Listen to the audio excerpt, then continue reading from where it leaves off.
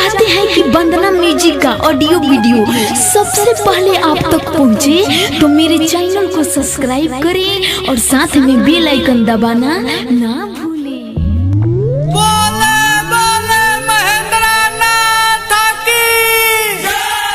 हाँ हेलो, हाँ भाई, हाँ तनी साउंड का वॉल्यूम तेज कर दो। हाँ हेलो, हाँ यात्रीगण कृपया ध्यान दें। ये सावन के पावन महीना में हम जानते हैं कि आप सब बाबा की बूटी खींची टुल्ली होंगे, तो ध्यान दे, कोई भी कंवरिया आपस में झगड़ा नहीं करेंगे और किसी भी लड़की कंवरिया को लाइन नहीं मारेंगे। ए भाई हम मना कर रहे हैं ना, हम मना कर रहे हैं कि सब कंवरिया बम अलग होकर चले। कौन रे कंवरिया बम? धट धट धट।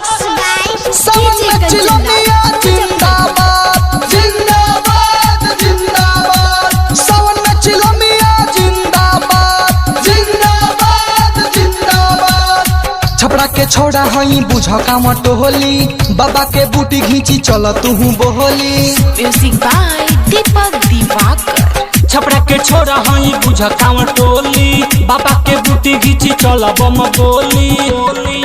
अरे बाबा के चेला हई बोला ना लपुअन टोली। देखिए हम सारे बम से आग्रह कर रहे हैं कि एक साथ एक लाइन में चले, नहीं तो बुरा होगा।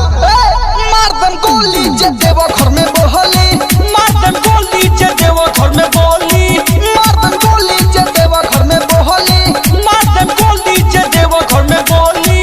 देखिए हमको ये बार बार नहीं कहना पड़े कि आप लोग एक लाइन से ही चले, आप अपने से सतर्क हो जाइए और एकजुट होके लाइन से ही चलिए। एक तो बहुत धूप है, लेकिन लगता है कि आप मानने वाले नहीं हैं। धरता रे धरता ही कौन ठीक में धरता, धरता ही कौन चलत चलत चिलमिया दा।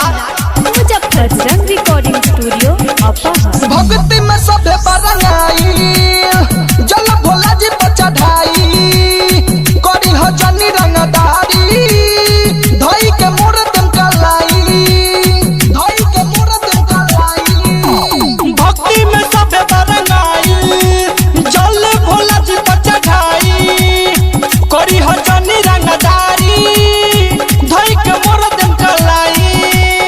कौनो एने ओने फेरी ना नहना, नहीं तो पीछा से पड़े लगी पैना। अरे खइले है पानी भोरही से भांगे के गोली। देखिए रास्ते में चलते हुए चिलम मत पीजिए, और नहीं तो बड़ी बुरा हो जाएगा, ठीक है। मार दम गोली जब देवो घर में बोली, मार दम गोली जे देवो घर में बोली, मार दम गोली जब देवो घर में बोली, मार दम गोली जे देवो घर में बोली। हाँ हेलो, जले को राख कहते हैं, उरे तो धुआं कहते हैं। जले को राख कहते हैं, उरे तो धुआं कहते हैं। मेरे इस बाबा नगरिया को, जिसे हम देवघर धाम कहते हैं। अरे बुढ़बा तो निशानी ठीक नहीं थे। हाँ तो ध्यान दे, यहाँ पर किसी प्रकार की लापरवाही बर्दाश्त नहीं की जाएगी।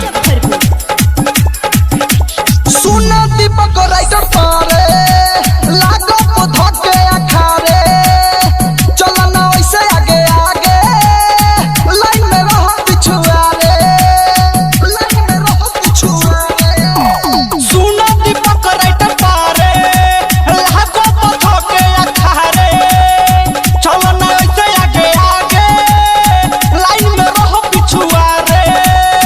डीजे पर गाना पवन गीतिक के बाजी, सभे कांवरिया यही पनाची, तबे भोला जी दुख सब कम करी है भर झोली। ए भैया लड़की बम से अलग हो के नचना तो बहुत बुरा हो जाई। जल्ला की ना, जल्ला की ना। मार दम गोली जे देवो घर में बोली,